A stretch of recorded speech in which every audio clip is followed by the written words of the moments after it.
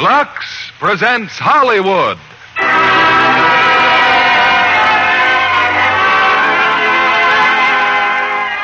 Lever Brothers Company, the makers of Lux Flakes, bring you the Lux Radio Theatre. Proudly presenting Photoplay Magazine's Gold Medal Award picture, Sitting Pretty, starring Robert Young, Maureen O'Hara, and Clifton Webb. Ladies and gentlemen, your producer, Mr. William Keeley.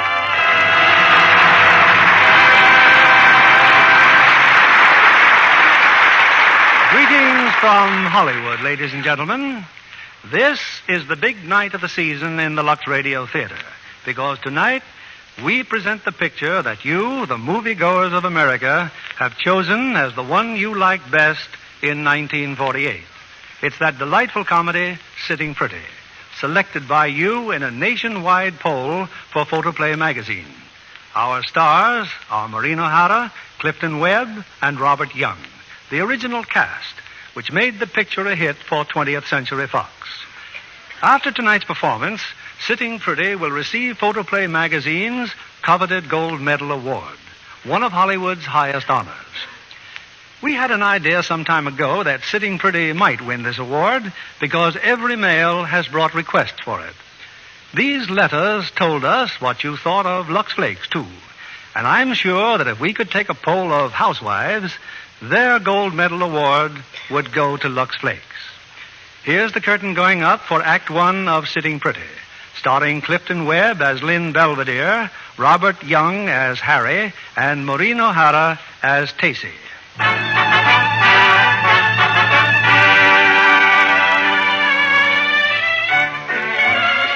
Hummingbird Hill is a typical suburban community where everybody knows a little more than just a little about everybody else.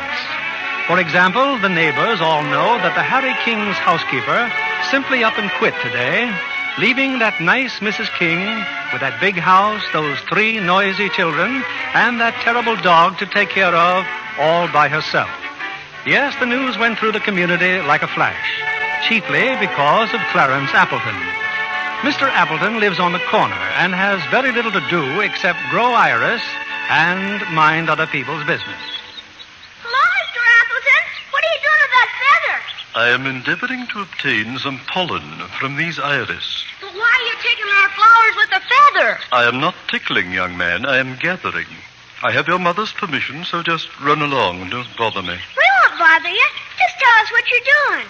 Have you boys ever watched a bumblebee flitting from flower to flower? Sure. Well, I'm doing just what the bumblebee does. Gosh, can't you sting, too? Oh, run away and play. No, wait, just a minute. Your housekeeper left today, didn't she? She sure did. You should have heard her, too. Indeed. Tell me, what did she say? Hey, Larry, here comes Pop! Pop! Hiya, Pop! Hiya! Hiya, Pop! Hey, Mom! Pop! Who left this bicycle in the driveway? I guess I did, Pop. Sorry. How many times do I have to tell you kids never to do that? Did you lose left... another case in court today? No, I didn't lose another case in court today. I guess it's the heat. And Mrs. Maypole quitting. Some housekeeper. She sure was a drip, Pop. Maybe you've got something there. Well, how are you, fellas? Oh, fine. What's wrong with Roddy? What's he crying for this time? Oh, he's just crying, Pop. You know Roddy, he always has... Get off! Henry, get down! Oh, do something! Pull him off of me!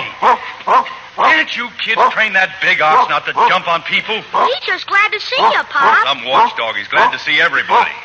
Now, look here, Henry. Henry, leave that cat alone! Henry, come back, Henry! Come on, Murray, we better get Henry.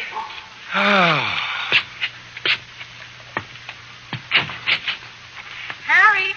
Hi. Hello, honey. Bad day, huh? I'm sorry about Mrs. Maypole. Oh, Harry, she knew we had 3 children and a dog when she took the job. Now, don't worry, honey. You'll find somebody else. Say, isn't that Clarence Appleton in the garden? What the devil's he doing? Oh, that? Well, it seems that we have a very healthy male iris, and he asked if he could have some pollen so he could breed one of his own. You don't say. Well, at least we should get our choice of the litter.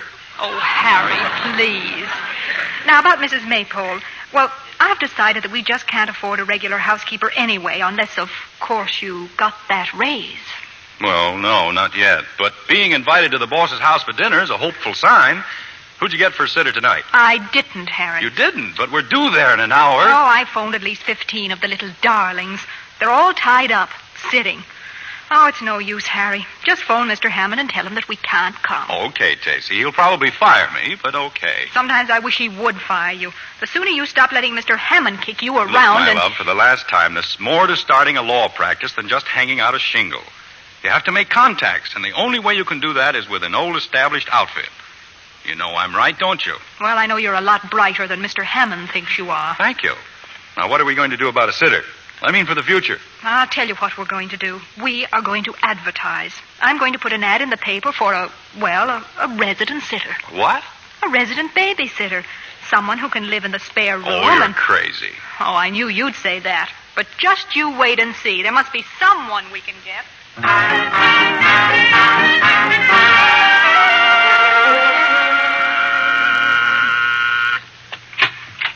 Mrs. King? Mrs. Harry King? Yes? Good evening. I am Lynn Belvedere. You're who? I'm the party who answered your ad in the paper. Lynn Belvedere. But you can't be. Why not? Have you ever seen me before? Oh, no. Of course I haven't. Very well, then. Well, this is quite a shock. You see, we advertised for a sitter and, naturally we thought you were a woman. In your letter... Your advertisement, madam, of which I have a copy, makes no mention of sex. Possibly not, but it was certainly implied. I need someone to help with the housework and sit with my children. Mrs. King, I happen to dislike all children intensely. But I assure you that I can readily attend to their necessary, though unpleasant wants. Sorry. I've just had a long and very trying journey in the day coach. May I see my room? Your room? But my husband isn't home yet. That, if I may say so, is a matter of complete indifference to me.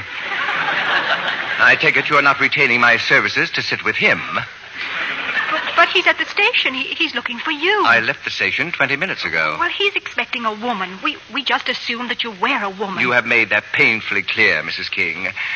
Now, may I please see my room? Why, well, I guess so. It's upstairs. Thank you. Hi, Mama. Boys, what are you doing still up? Now, go back to your room and go to sleep. Is he a babysitter? Gee whiz. Oh, these are my sons, Mr. Belvedere, Larry and Tony. The baby's asleep. Well, that's a blessing, isn't it? Mom, why is it a man? They seem to be quite fascinated by you, Mr. Belvedere. The fascination, I assure you, is not mutual. Gee whiz. Oh, this is the room, Mr. Belvedere. We tried to fix it up as nicely as we could. Of course, since you're a mister and not a miss, one or two things are obviously a little out of place. Flowers? Yes, I cut them myself this I'll afternoon. just drop them here in the wastebasket. For my work, Mrs. King, I require an atmosphere of spot and simplicity. And may I ask what your profession is? Certainly. I am a genius. Well, good night, Mr. Belvedere. Good night, Mrs. King.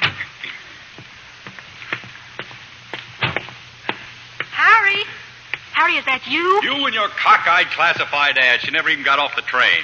Well, darling... Oh, darling, I've got something to tell you. While you were What's gone... so funny? Well, tell me. I'm afraid to. You'll sock me. Oh, stop the comedy and tell me. Mrs. King? Yes? Before I retire, may I inquire what time you serve breakfast? About 7:30. Thank you. Perhaps I should tell you now. I like fruit juice, coffee, and thinly sliced gluten bread, toasted. I'll try to remember. Thank you. Good night. Who in the heck was that? That, darling, is Lynn Belvedere. Huh? Stacy, it's a man!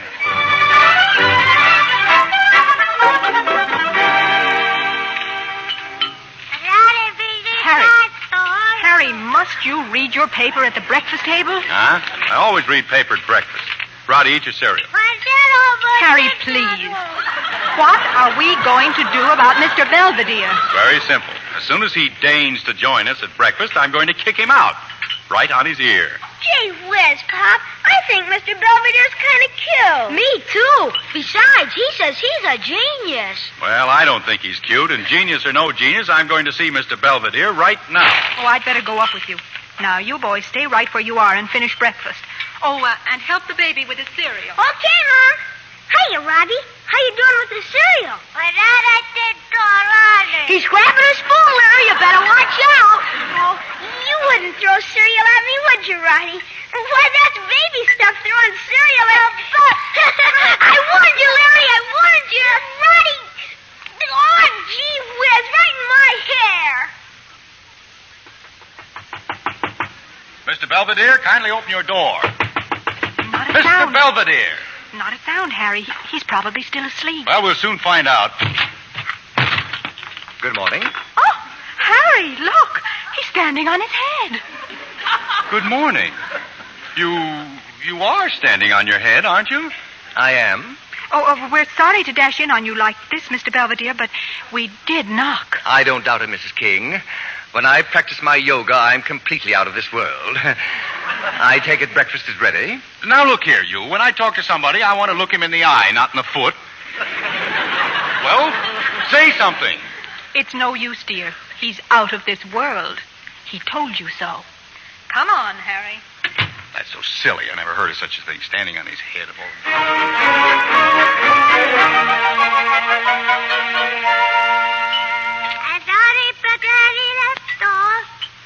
Here's your coffee, Mr. Belvedere. Thank you. Oh, Roddy, no. Now put down that spoon.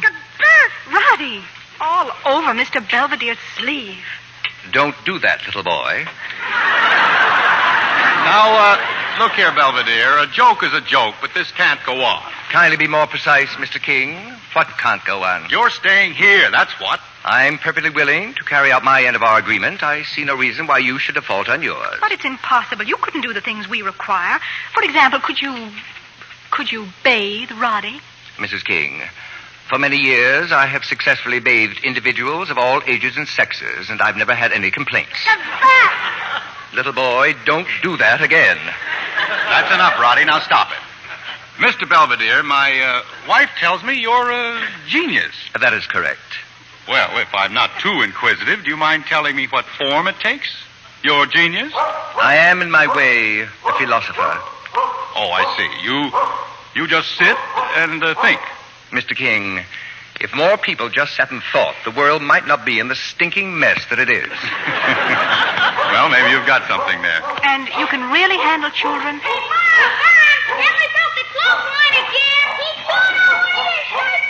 Henry, I believe you mentioned only 3 children. Henry's the dog. He's a Great Dane. Probably the only Great Dane in the country who would rather chew my shirts than chew a bone. I dislike dogs intensely, Mr. King, almost as much as I dislike children.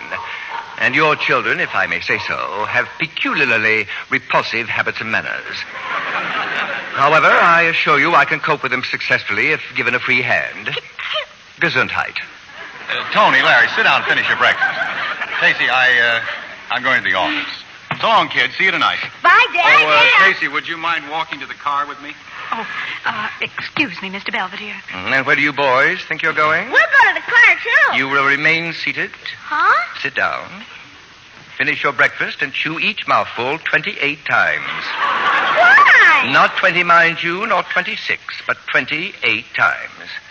As for your baby brother... Nice going, Roddy.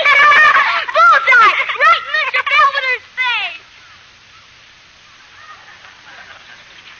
So what do you think, Casey? Should we give the guy a whirl? Maybe, for a day or two? Oh, I suppose so. At least the boys seem to like him. Roddy, what's happened to Roddy? Well, don't just stand there. He's been hurt. He's screaming. Larry, Tony, what happened to the baby? Harry, look. Cereal. Roddy's got cereal all over his head. Yeah, bowl and all. Larry, if you told Roddy to dump his cereal on his head, I didn't tell him anything, Pop. I was chewing my food. Yeah, me too. 28 times. Mr. King, As you can observe by the condition of my face and clothing, your youngest son has been pelting me with cereal ever since I sat down to this grisly meal. Huh? Therefore, I decided to teach the child an object lesson. You dumped cereal on his head? I did precisely that, Mrs. King, and you will note that he didn't like it. I guarantee that he will never throw cereal at me or anyone else again, ever. Mr. Belvedere, consider yourself hired. He's done that to me, too. You know, you've got something. I couldn't agree with you more, Mr. King. You might even say I've got everything.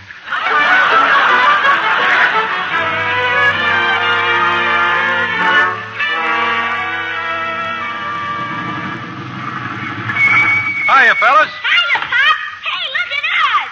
Well, what goes with you two? We're standing on our heads, Pop. Mr. Belvedere taught us. It's yoga. Oh, it feels swell. He says it relaxes you. Well, just be careful you don't relax so much you break your necks. We won't, Pop. Hi, baby. Everything under control? Hello, darling. Oh, Harry, he's terrific. He's got the kids out there standing on their heads. And they love him. They've been as good as gold all day. They what? He gave Roddy a bath, and there wasn't a peep out of him. Well, I'll be... Hey, the dog, what's the matter with Henry? Is he sick? No, darling. But he must be. Look, he just woke in and lay down. Stacey, that's the first time I've ever seen Henry walk. Every other time he's just galloped. He's not barking. No, darling. It seems that Mr. Belvedere used to be a dog trainer or something. Huh? And he had a long talk with Henry this morning. Henry's been quiet as a mouse ever since. Isn't it wonderful? It's incredible. But there's just one thing, Harry. Mr. Belvedere, well, he's sort of mysterious. How do you mean? Well, he locks himself in his room. I went up and listened, but I couldn't hear a sound. What do you suppose he does up there? He's so quiet. Well, maybe he stands on his head. That doesn't make much noise. Oh. Is he up there now? Oh, no. He's out taking a walk. Then why are we whispering? Oh, I forgot. He says he's going to go out for a walk every night before dinner. Harry, do you suppose it would be very unethical if we went It up most certainly and... would. But let's go.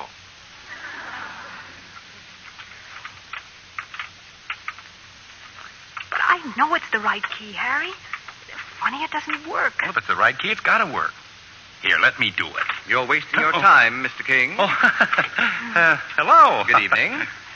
Knowing human nature as I do, I suspected that you might try to snoop. This is a new lock on the door.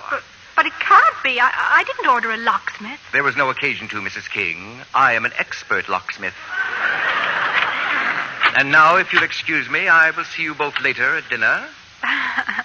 Harry, will you, well, you'd better tell the boys to come in and wash. That won't be necessary, Mr. King.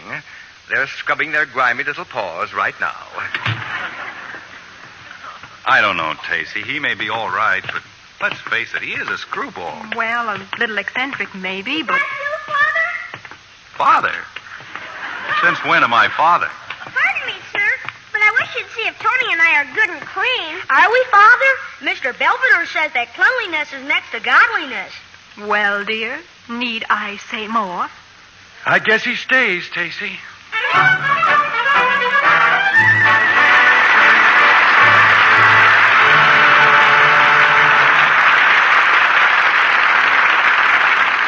After a brief intermission, we'll present Act Two of Sitting Pretty.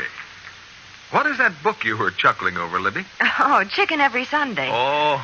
20th Century Fox has just made a movie of it, and the picture was so funny, I wanted to read the book and laugh all over again. I think Dan Daly is great as the dreamer looking for Easy Street.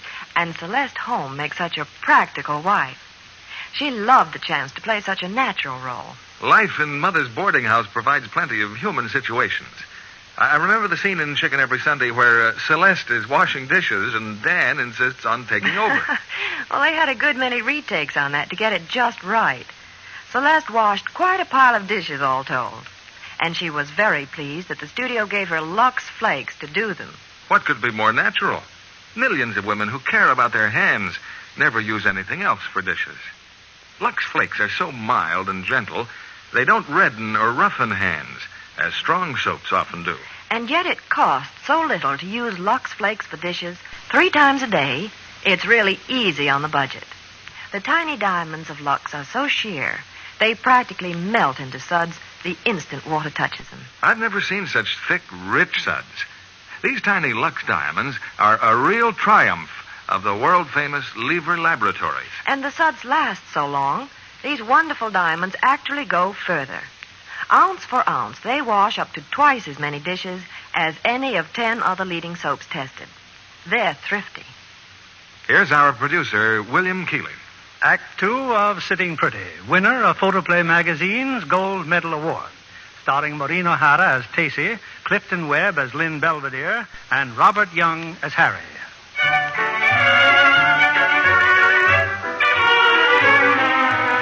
Well, you just wouldn't recognize the King household anymore. Peace and serenity, like a halo, have settled over the little family. A blessing directly traceable to the gentleman in the spare bedroom, Mr. Lynn Belvedere. Now, on a wintry Sunday morning, Mr. Belvedere returns from a little visit downtown. Rounding the corner, he encounters the community gossip, Clarence Appleton. Why, it's Belvedere. Good morning, Belvedere. You will kindly address me as Mr. Belvedere until I grant you permission to drop the title. A contingency which seems hardly likely, Mr. Appleton. Well, really, I intended no offense. Tell me, Mr. Belvedere, are you completely happy with the Harry Kings? Only an idiot is completely happy anywhere. But I understand those dear little boys are devoted to you, and that Mrs. King considers you quite the treasure. Indeed. Oh, my dear mother is very anxious to make your acquaintance, Mr. Belvedere. Perhaps you could drop in on your next afternoon off? I am not a servant, Mr. Appleton. My afternoons are always my own. Oh, well, in that case, drop in any time for a glass of sherry. I dislike sherry as much as I deplore the habit of dropping in on people uninvited. But, Mr. Belvedere, I am inviting you. And I, sir, am declining. Good day. I don't know why we've got to be so particular, Tacy. I just thought we could surprise the kids with a snowman. If we're making a snowman, let's make it properly. Now, you finish the arms and leave the face to me. Okay, Mommy. We all know you were a great sculptress before I married you. Any face, even a snowman's, must have expression and character. Well, hurry up, or the kids will be home from Sunday school. Tacy, look. Good morning, Mr. Belvedere. Good morning, good morning. Oh, I guess you left the house before we even got off. Yes, well, cold enough for you? Nippy, but it suits me. Well, how do you like our snowman? Mr. King, you should have let your wife do the face. I did the face. Oh, well, it will soon melt. Tacy, what do you suppose he's got in that package? Oh, how do I know? I've given up wondering about anything he does or has. Well, it made a noise. I distinctly heard a sort of metallic ticking. So did I. If he's doing anything illegal up in that room, we could get into a lot of trouble. Harry, do you suppose if you climbed up on that tree and, well, maybe crawled out on that limb, I could look right in his window.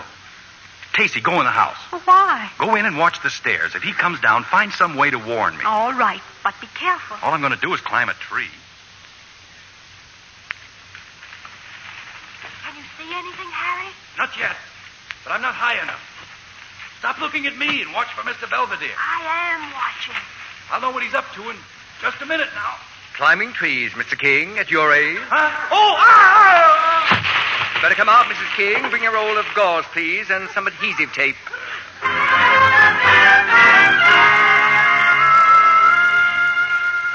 Ow, ooh, take it easy, will you? That's my wrist. Kind of keep still. You're lucky that no bones are broken. I must say that's a very professional bandage, Mr. Belvedere. There aren't many people who could do that. That's substantially what General Pershing told me during the First World War. You were a doctor, too? A bone specialist. Oh, no.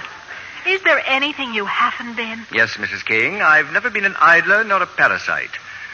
Or have I ever climbed a tree to look into someone's bedroom. Now, Mr. King, how does your wrist feel? I guess I'll live. I hope it's better by tomorrow. I've got to go to Chicago. Indeed? I thought I told you, Mr. Belvedere. Yes, he has to go to Chicago on business. You'll have nothing to worry about, Mr. King. I shall endeavor to pinch hit for you at every available opportunity. Well, thanks. That'll be just... Tacy, am I hearing things? Something squeaked. Why, yes, I heard it too, like a bird. That's precisely what you heard. The twittering of a bird. The cage is in the living room, Mrs. King. Where on earth did it come from? That was my package, which you and Mr. King stared at so pointedly a little while ago. I'm opposed to the practice of exchanging gifts at any time, but since you were gracious enough to give me 3 pairs of excellent woolen socks on the occasion of my birthday, I tried to get something for your anniversary that would give pleasure to your entire family. In brief, a canary bird. Oh, how very kind of you. Thank you, Mr. Belvedere. Oh, he's beautiful. Does he sing? Not yet, but I shall teach him.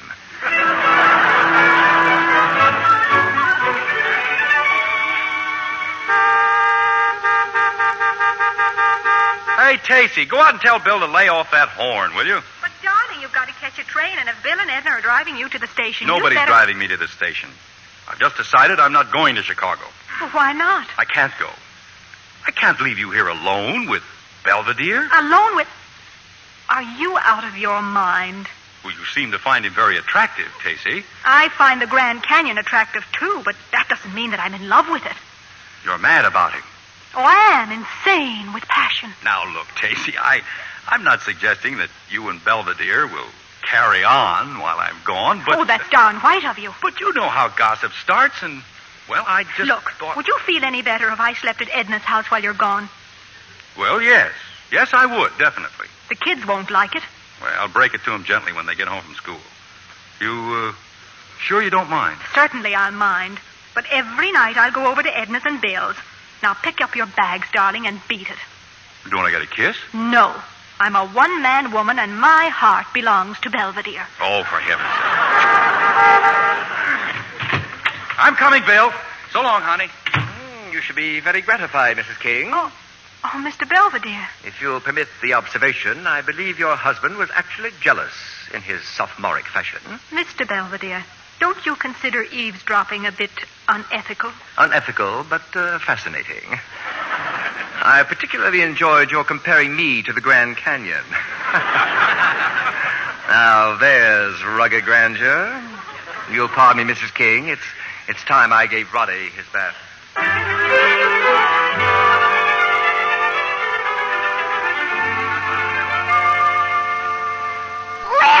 Larry, wake up! Larry! What's the matter, Tony? Larry, I'm sick. My stomach hurts. Go back to sleep and you'll feel better. I can't. It hurts. Tell Mom. How can I tell Mom? You know she's sleeping at Aunt Edna's. I want my Mom. Will you pipe down, Tony? You'll wake Mr. Belvedere and Roddy. I don't care. Shh. Look, Tony, I know. Why don't you stand on your head the way Mr. Belvedere taught us? I already tried, but I only threw up. Okay, Tony. I'll wake Mr. Belvedere, but I'm warning you, he won't like it. You kindly stop moaning, Tony. You requested your mother's presence, and I've already telephoned for her. She'll be here in a moment, and Larry, put that bottle down. Tony said he wanted a drink, Mr. Belvedere. A drink of gin? Can't you read, young man? The label on that bottle clearly says distilled London dry gin.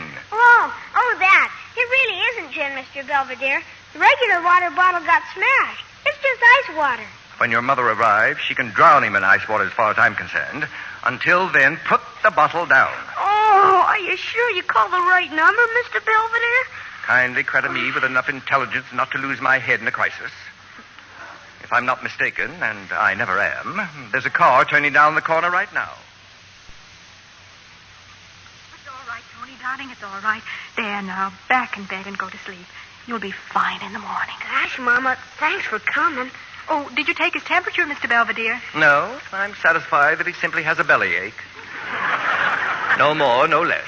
Oh, well, he feels nice and cool. I assure you I could have handled the situation perfectly well myself, only the child expressed a maudlin desire for his mother.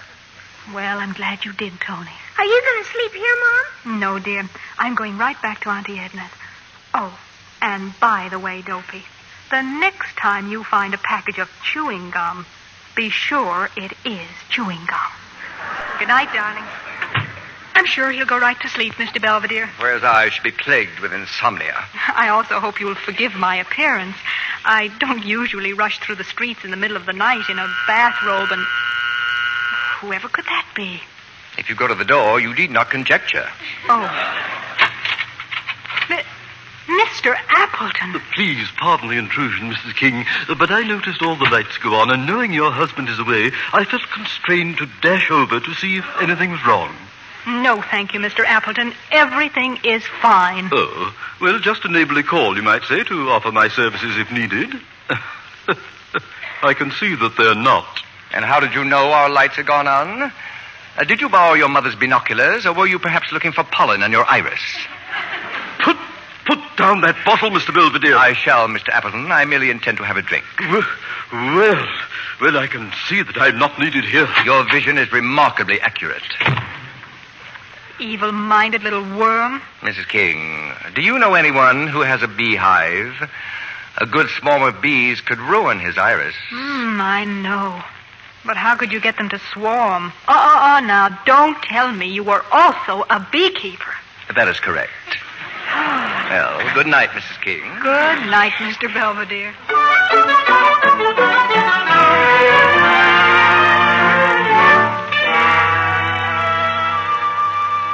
Well, I simply had to tell you, Horatio. As Harry King's employer, as the man he works for, you simply must... Go on, Clarence. What else? Isn't that enough? There I was, calling on an errand of mercy. Belvedere in his pajamas, and Tacey King in a negligee, cavorting about and guzzling gin. This is awful. The wife of my own employee. Well, I'm sending for Harry King at once. Oh, I don't suppose you let this get around, Clarence. You haven't told anyone else. Well, hardly anyone, Horatio. Drunk. 3 o'clock in the morning. Miss Adams, take a telegram to Harry King.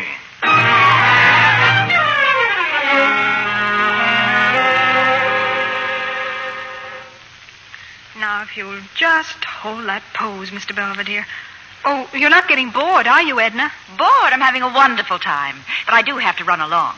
You may not have known it, Mr. Belvedere, but Tacey used to be quite a sculptress. It's possible. And I think it's very sweet of you to pose like this and give her a chance to practice. My motives, Mrs. Philby, are not entirely unselfish. Someday they will need a bust of me in the Hall of Fame.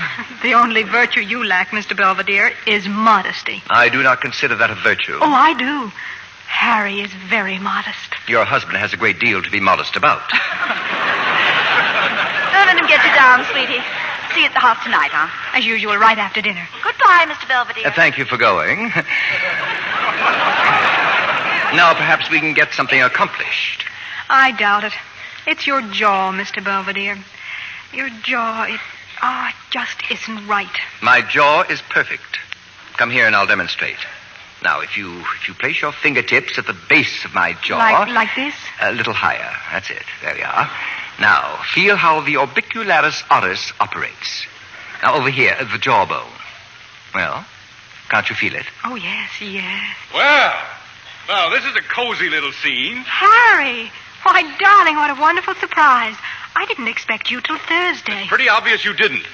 Would you mind telling me just what you two were doing? I was permitting your wife to massage my larynx. And I might add, Mr. King, that your greeting to Mrs. King is scarcely cordial. I'll greet my wife any way I like. Harry! I came back from Chicago because Mr. Hammond sent for me. I just came from his office with my head so full of gossip that I don't know where... Gossip? What gossip? About you and Belvedere. Now, look here, Tacey. Stop raising your voice. I'll raise the roof if I want to. Tacey, look, I'm willing to believe that all these rumors about a drunken orgy with Belvedere are somewhat garbled, but... So that's it. The fine hand of Clarence Appleton. But my gosh, Tacey, just now when I came into the house, you were practically holding Belvedere in your arms. She was merely feeling my bone structure. You shut up and listen. I am listening. All I can hear is a typical suburban husband reacting in a typically stupid and stuffy manner to a typical tempest in a teapot. He's right. And as for that drunken orgy, Tony got us all up in the middle of the night with a stomachache. I dashed over from Edna's and I wasn't in the house 10 minutes when that horrible little Mr. Appleton came snooping around. Oh, well, I imagined it was something like that. Look, I'll admit it's all pretty silly, but... Well, but what?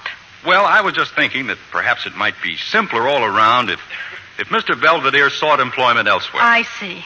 To satisfy malicious gossips like your dear boss and Clarence Appleton, you want us to kick Mr. Belvedere out? In a word, yes. And that is your final decision, Mr. King? Yes. I'm sorry, but that's final. No, Daddy, no. Oh, hi, kids. Please let him stay, please. Please, Father. I'll do anything you want, only please don't send Mr. Belvedere away. That's enough of that. Your father's not the type to be swayed by sentimental pleading. Don't let him go, Father, please. We love Mr. Belvedere. Don't go, Uncle Lynn. Little boy, don't ever again, as long as you live, dare to call me uncle. By no stretch of the imagination could I possibly be a relative of yours. My name is Mr. Belvedere. Is that clear? Yes. Yes, sir. Yes, sir. That's better. What the heck's the matter with Roddy? Children are psychic, Mr. King. They can sense impending disaster. Okay. I know when I'm licked. You can stay. What? Roddy, stop crying. And listen, the canary bird. He's singing.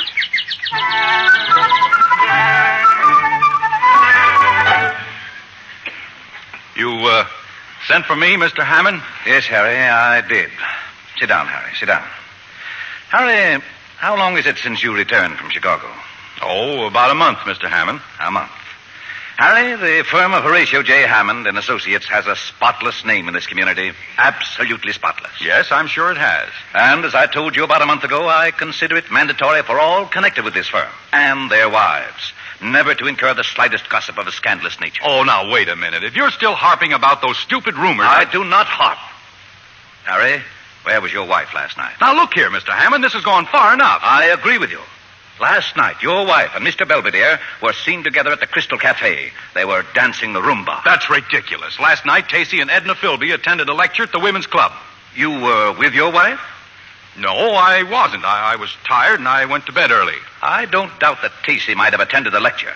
But I know that after the lecture, she was dancing the rumba with Mr. Belvedere at the Crystal Cafe. I saw them there myself. So did my wife, Mrs. Hammond. So did Clarence Appleton and his mother. Now for the details. Oh, it hurts me, Harry. It hurts me deeply to tell you this.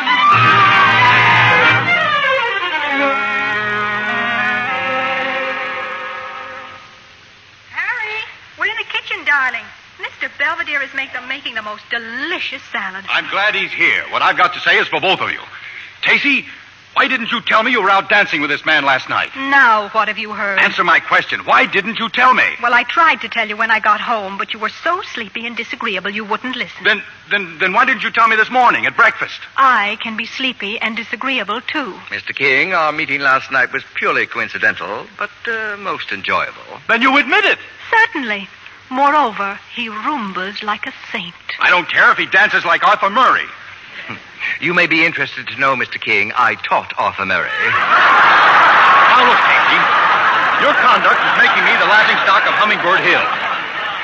Why, Mr. Hammond said, stop shredding that lettuce. Life must go on, Mr. King. Well, it's not going on with you in this house. Harry, I think you'd better pull yourself together. After the lecture last night, Edna and I went to the Crystal Cafe for a cup of coffee.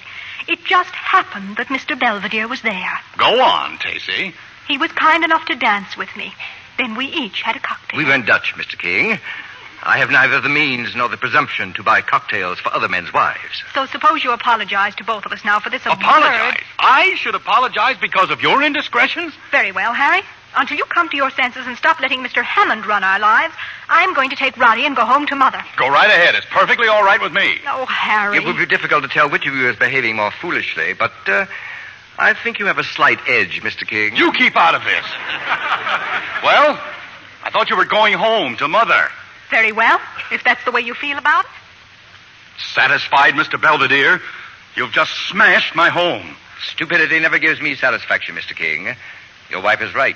You owe her an abject apology. I've half a mind to punch you right on the nose. It takes half a mind to resort to such measures. Why, you... Oh, my hand. I believe you splintered the door, Mr. King. I neglected to tell you that in my youth I was quite expert in the art of fisticuffs. Get out of here. Yes, Mr. King, yes. I think perhaps it's time I left.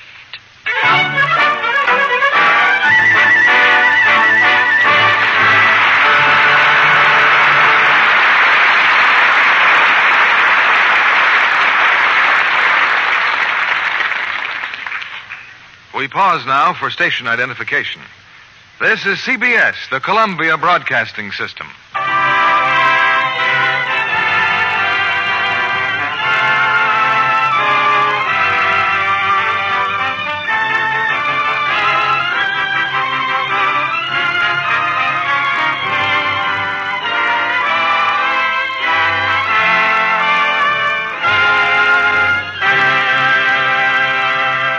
Before we bring you Act 3 of Sitting Pretty, I'd like to have you meet our special guest, Helen Westcott, an ambitious young player who spends her free time as well as her working hours on the 20th Century Fox lot. How about that, Helen? I just can't keep away, Mr. Keeley. I get a real thrill out of watching the stars work. Then, if you saw A Letter to Three Wives being filmed, you had a chance to watch three stars at once. Yes, I did. Linda Darnell is wonderful, the perfect glamour girl. And I think Ann Sothern is absolutely right for a smart, successful career wife. Jean Crane has the most sympathetic role, perhaps, as a young wife who doesn't know how to live up to the country club crowd. It was exciting watching those big country club dad scenes in A Letter to Three Wives. But they worked on them so long, I felt sorry for Jean. She said her nylon stood up better than she did, under the strain of so much dancing. I'm sure Lux Flakes had something to do with that, Helen. Oh, you're right, Mr. Kennedy. The wardrobe girl told me it's a rule of the studio always to use Lux Flakes for stockings, just as they do for everything washable. These tiny diamonds of Lux are a real economy. Scores of strain tests on all kinds of stockings prove it. Washing stockings with strong soap or rubbing with cake soap make runs come quickly. But with Lux Flakes, even sheer nylons last twice as long. I do believe that's true, Mr. Kennedy. I'm devoted to Lux Flakes myself. Well, then you've probably noticed how much faster these tiny diamonds of Lux dissolve. They bubble up into suds the instant water touches them. Make richer suds, too, that last and last. They're such perfect care for stockings, it's no wonder 90% of the makers of stockings recommend these tiny diamonds of Lux. Thank you for coming tonight, Helen Westcott. Thank you. Back now to our producer, William Keeley. The curtain rises on the third act of Sitting Pretty.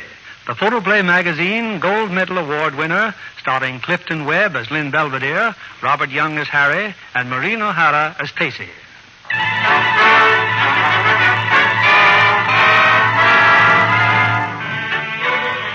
For 10 days now, Hummingbird Hill has had plenty to talk about. Tacy has taken the baby and rushed off to her mother's. Mr. Belvedere has mysteriously disappeared. And Harry is struggling unhappily to keep together what remains of his home. But now, something akin to an atom bomb has suddenly struck the community. A new novel has appeared in all the bookstores, and the critics are raving about it. Unknown author writes brilliant satire of life in the suburbs. Sensational new novel hailed as best in years. First and second printing sold out. Entire country clamoring for copies. And what has this book to do with Hummingbird Hill? Plenty.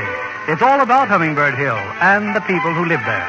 And the author, of course, is none other than Lynn Belvedere. For certain readers, the novel holds a particular and dismaying interest. People like Clarence Appleton. Mother, have you read the second chapter? It's all about me and about you, too. Do you see what he calls us? He calls us... Mother, speak to me. It's Clarence. It's your boy, Clarence. Mother! And then there are others like Horatio J. Hammond. It's slander, that's what it is.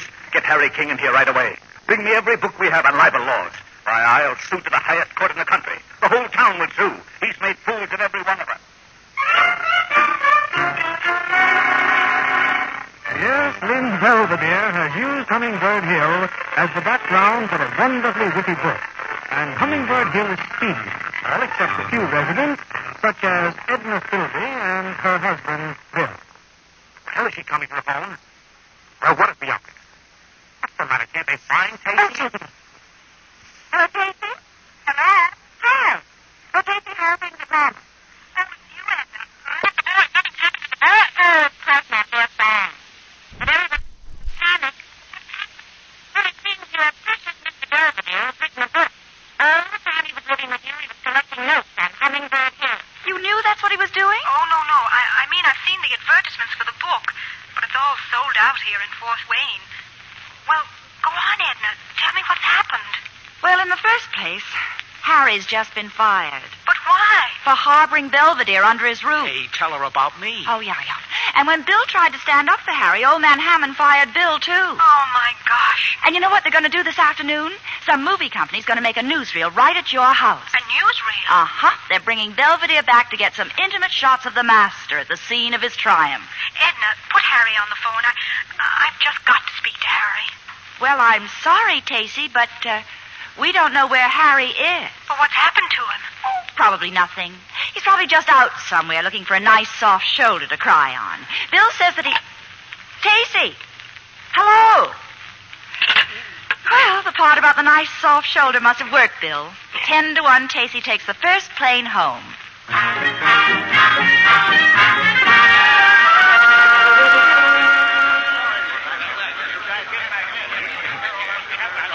What's the matter with you policemen? We're trying to make a newsreel in this house.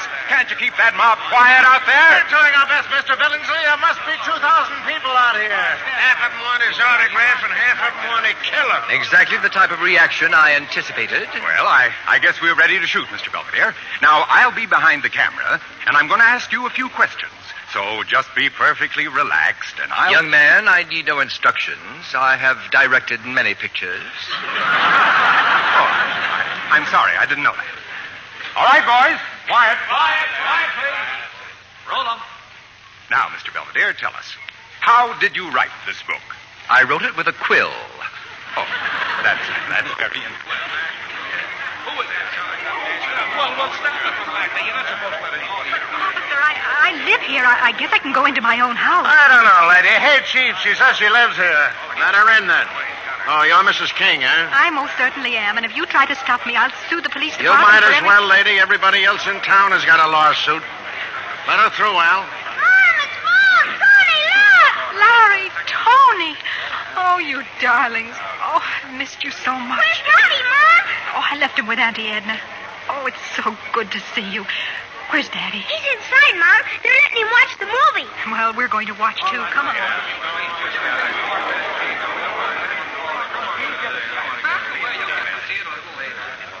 Mr. Belvedere, critics throughout the country have unanimously hailed your novel as a masterpiece of sheer genius. That is correct. Well, how do you feel about it? I feel they were quite conservative. Hey, Pop! Dad! Quiet over there. We're trying... Cut. That must be Mrs. King. It certainly is. Oh, Tacy. Gosh, I'm glad to see you. Oh, I had to come back, darling. I came the minute I heard you were in trouble. Don't worry. It'll all work out all right.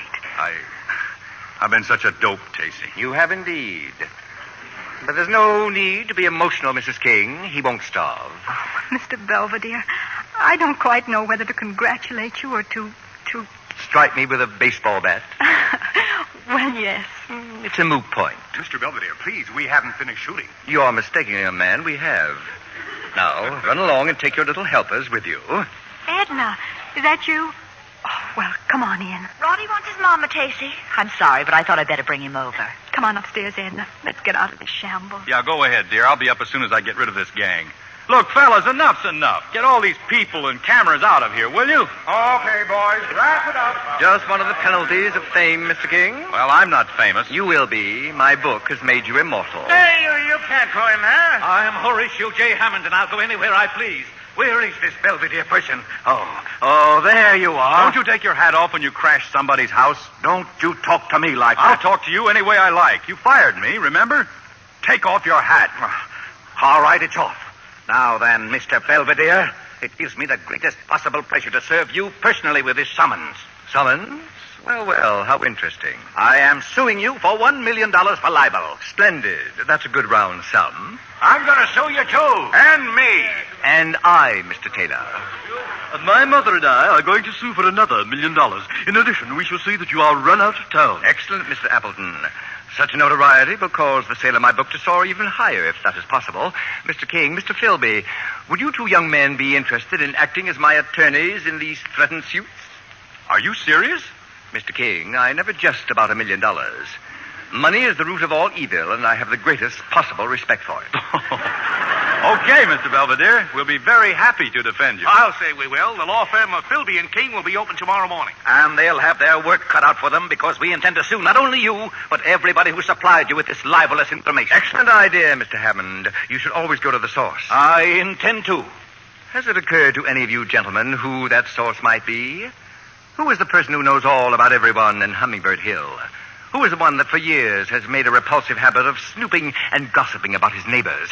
Who is it among us, for example, who knows all our little peccadillos with girls in florist shops? The girl was merely delivering flowers to that motel. And they were not orange blossoms, Mr. Taylor, were they?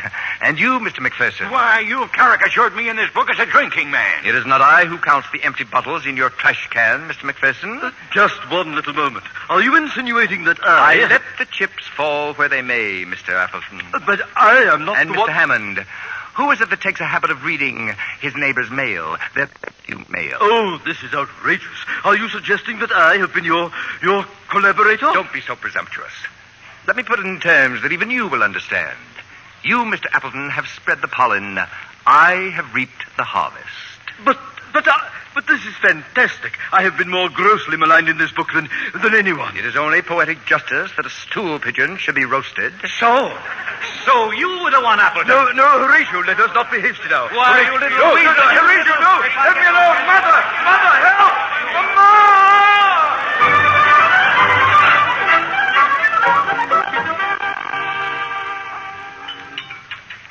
More toast, Harry?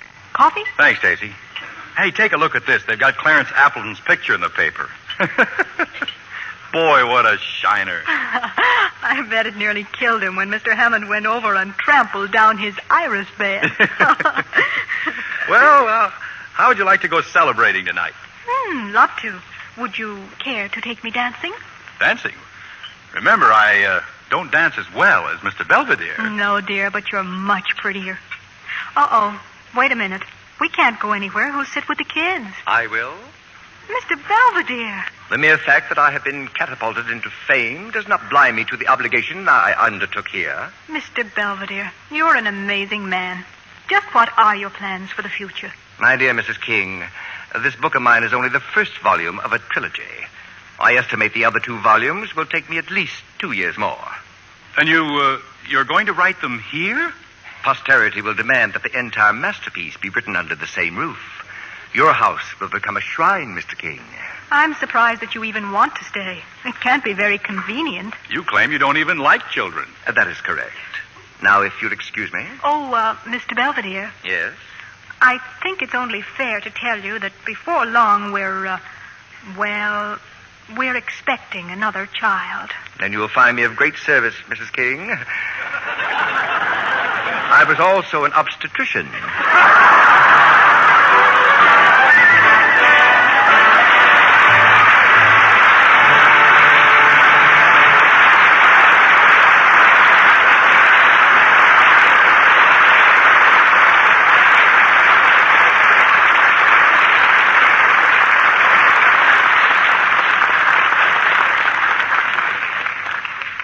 Our stars will return for their curtain calls in a moment.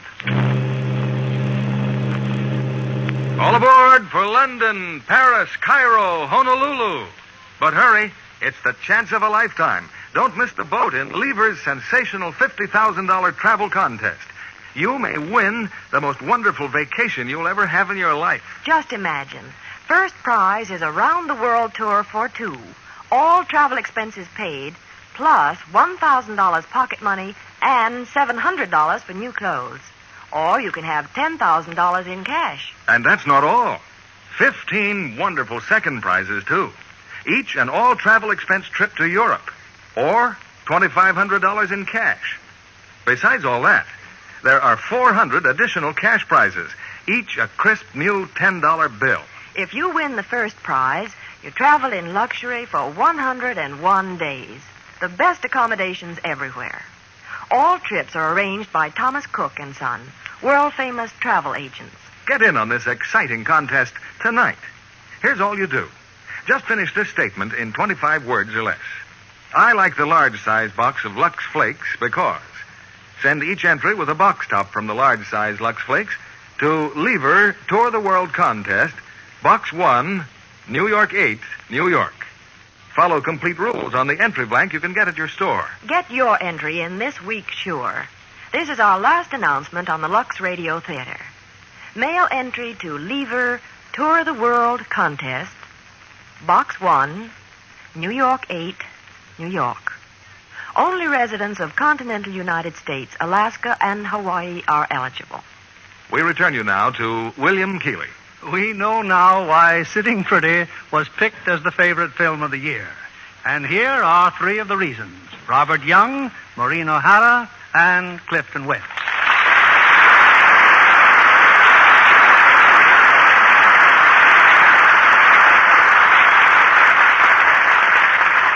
Bill, we'd all like to tell the audience how pleased we are by their selection of Sitting Pretty. And I think Clifton Webb deserves a special credit for his portrayal of Mr. Belvedere, which has won him a nomination for the Academy Award. Thank you, Bob. And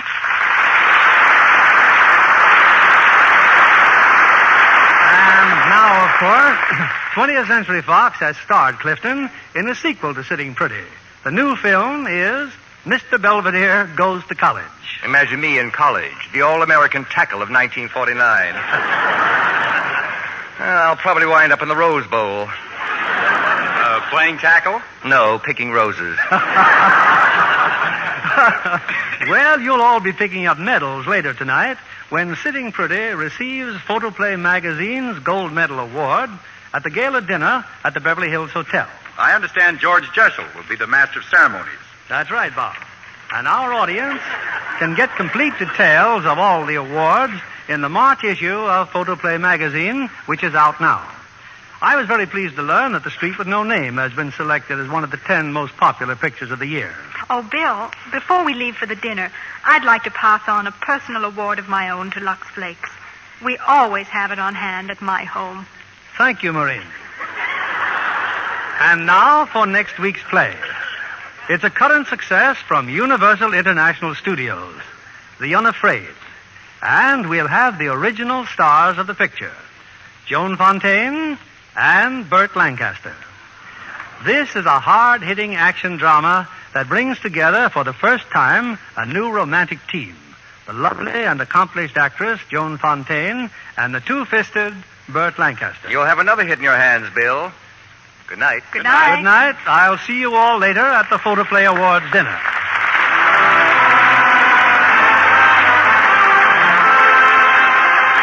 Lever Brothers Company, the makers of Lux Flakes, join me in inviting you to be with us again next Monday evening when the Lux Radio Theatre presents Joan Fontaine and Burt Lancaster in The Unafraid. This is William Keighley saying good night to you from Hollywood.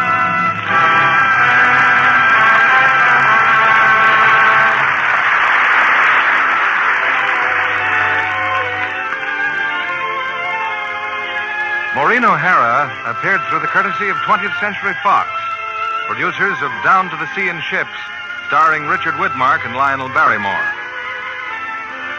Heard in tonight's cast were Gail Gordon as Appleton, Ed Begley as Hammond, Frances Robinson as Edna, and Donald Randolph, Johnny McGovern, Jeffrey Silver, Eddie Marr, Bill Johnstone, Ken Christie, Bob Griffin, Cliff Clark, George Neese, Leon Ledoux, and David Light.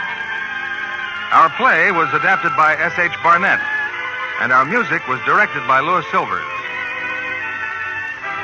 This program has come to you with the good wishes of the makers of Lux Flakes, the safe, gentle care recommended 33 to 1 by makers of nice washables.